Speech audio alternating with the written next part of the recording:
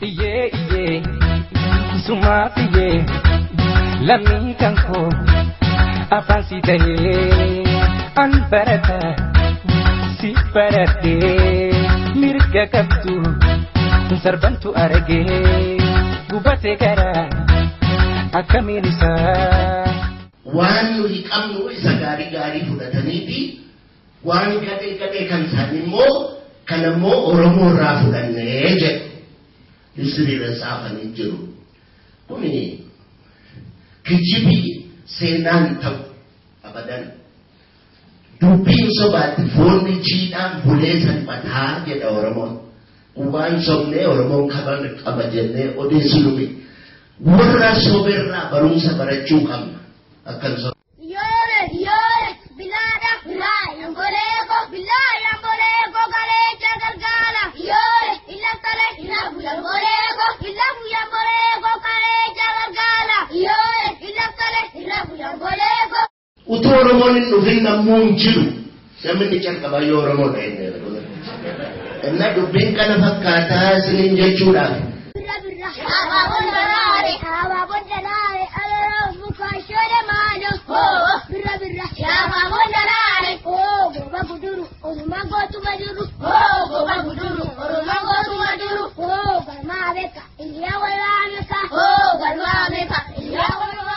horri kee finfinnee jedha dirreen yookiin karri abbaa muudaa lafti buqqa'e finfinnee kan ayyaanni kee walla naqaan kee salbaani horri kee finfinnee kan Oromoon jedhu kan gammachuutu jedhamti beekaa garma beeka iliana wa beeka garma beeka iliana wa beeka goba guduru Oromoo gootuma duru goba guduru Oromoo gootuma duru yaa nama har'aa kan du'e hin kaafattu kan jiru waan gaafattu yaa gowwaasi durri bowwaa jedhama garma beeka iliana wa beeka garma beeka iliana wa beeka goba guduru Oromoo gootuma duru goba guduru Oromoo gootuma duru hincitan jenne hincitue hin badan jenne hin badue yoo dhugaadhaan itti dibamne yoo Oromummaatti dibamne barbaanne wantichi hincitan jenne hincituedhan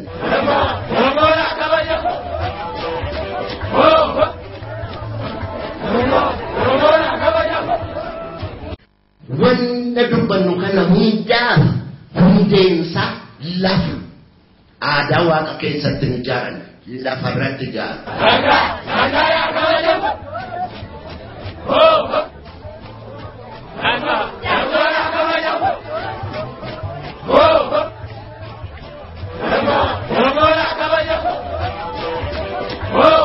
gaafa afaan Oromoo bade gaafa lafti Oromoo bade fudhatame gaafa sana waan aadaas waan gadaas waan asoftanii qabdanii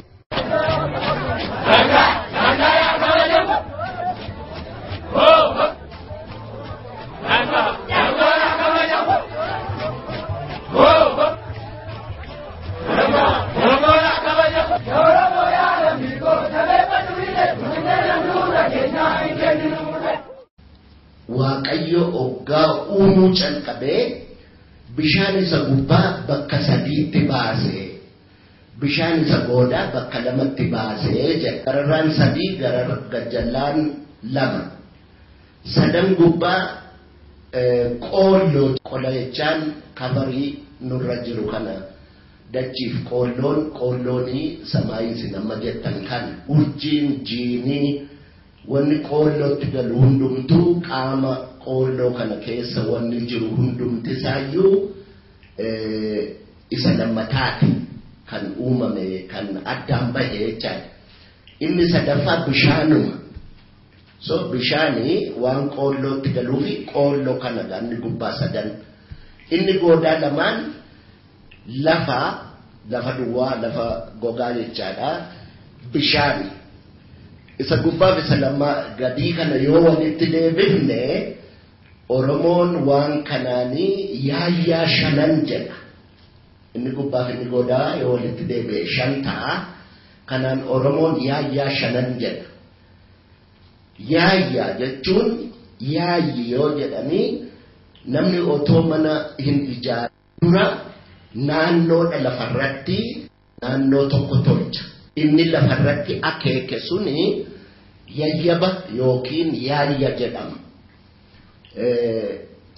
To make it simple, the 5 fundament yookiin immoo buufati waaqii waa ittiin uume kun akka Oromootti fakkeenya yoo fudhanne Oromoon manni yookaan ijaaramu naannoo ijaaranii fi balballi isaa ba'a biiftuutti ba'a. Kuni bakka lamattitu addaan qoodama, bakka lamatti addaan cita. Kun deebi'ee bakka lamatti addaan cita. Kuni bakka sadiitti akkana ba'a. Boreedhama. Boroo kana lafa conjugal couples dhirsaa fi niitiin bulanidha. Iddoon kun gulantaa qaba. Kun gulantaa qaba. Gulantaan seera. Kuni balballi Oromoo yeroo hundumaa ija biiftuu karaa biiftuun baatutti ba'a. Kuni boroodhama. Inni kun boroodha. Inni garri kun bariidha jechuudha. Gara biraa gidduu ba'a. Kuni Rift Valley jedhama. Gamanni gubbaan kuni iddoo kana territorii tokkotu jira. Raayyaa Aseebuu kan jedhamu. Gadaa territoriidha. Autonomous gadaa territorii. Naannaa kana immoo gadaa territorii independent. Gajjallaa kana immoo sabboo goonatu jira. Warri kun amma Rift Valley gama keessa jiru. Warri Rift Valley gama keessa jiran kuni gara ilagalchuu aduun seentu jiru jechaadha. Garri kun boroodha. Garri kuni boroodha. Iddoo kana gadaa Siikoomandoo kan jedhamu. Arsii Baaleen Siikoomandoo jedhama. Iddoo kana immoo Ituu Humbannatu jira. Ituu Humbanna. Amma gammi kun gadaa 3 qaba. Gammi kun gadaa 2 qaba. Kun yayyaba silaa walaabuu sila jenne. Kunis gammi tokko 2, gammi tokko 3. Sagli waan sahin dubbanna otoo jenne guyyaa tokko dubbataa oolu. Wanti history Oromoo jennu kun waa'ee saglii kanaati. Waa'ee mara saglii. Gadaa tokkoon isaanii warra waggaa 8. Kan 40 kan waggaa 40. Waggaan 40 kun immoo akkanatti si'a 9. 40 si'a 9 mareetu saglii duuda. 40 si'a 9 meeqa? 360 kan Oromoodhaan hin jaatame jechuun waggaa 360 keenyaan gadaa deebisanii yayyabu malee ittuma fufuu hin danda'u. 360tti 60 guyyaan jedha. Guyyaa isee 5 qaammee jedha Oromoon amma qaagumeenii waan kiristaanni fide fakkeessanii isaan odeessanii qaammeedha. Qaammeenii wajjin maal walitti qabaa jettanii yaadaa hedduu isa jabeessatti yaadaa. Guyyaan 5 qaammee Oromoon jedhu kun amma qaagumee jedhamu kuni appropriation of tradition. Waan nuyi qabnu isa gaarii fudhataniiti. Waan gadhee kan isaanii immoo kan ammoo Oromoo irraa fudhannee jedhu. Hisiriirra saafanii jiru. Kuni kijibii seenaan ta'u abadan. Dubbiin sobaatti foonni jiidhaan bulee salphataa jedha Oromoon. Waan sobnee Oromoon qaba jennee odeessu nuyi. Warra soberraa barumsa barachuu qabna. Akkan soba. Kanaafiyyuu guyyaan 5 Oromoon gidduutti dhiisu kuni urjiidhaa fi ji'a ilaalan ayyaantuu jedhaman guyyaa 5 kana gaafa meeqaa akka inni calqabu kalendarii kana kan ittiin korektii godhanii guyyaa isee shanan qaampee jedhamtu kana keessatti yeroo ayyaan torban keessa dubbii kana ilaaltu yeroos jechuudha. Amma isinii gabaabsuudhaafi eega kun 60 jenne 60 hamma ammaatti Oromoon waggaa 360 tokkotu 60 gadaan hin 60 jedha Oromoon. Eega gadaan waggaa 360tti 60 ta'e history Oromoo kanarraa fuunee akkuma qoosaadhuma fakkeessinee yoo kalkuleet goone waggaa 360 yoo sagaliin baay'isa meeqa dhufu kuma namaaf 3,000 ta'u sagalsiyaa jaha meeqa gantamee afur sagalsiyaa 3 27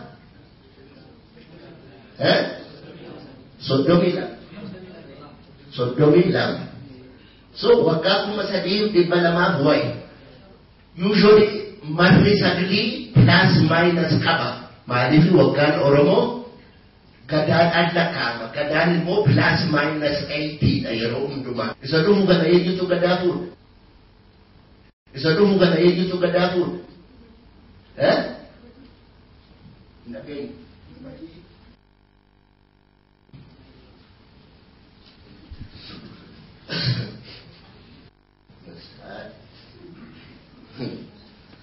okay gadaan meelbaatu seenaa jira amma zini gadee meelbayitu seenaa jira meelbayi kana danqaraan mootummoo jira kawwaataa amma yoonnaa ilaallee waatti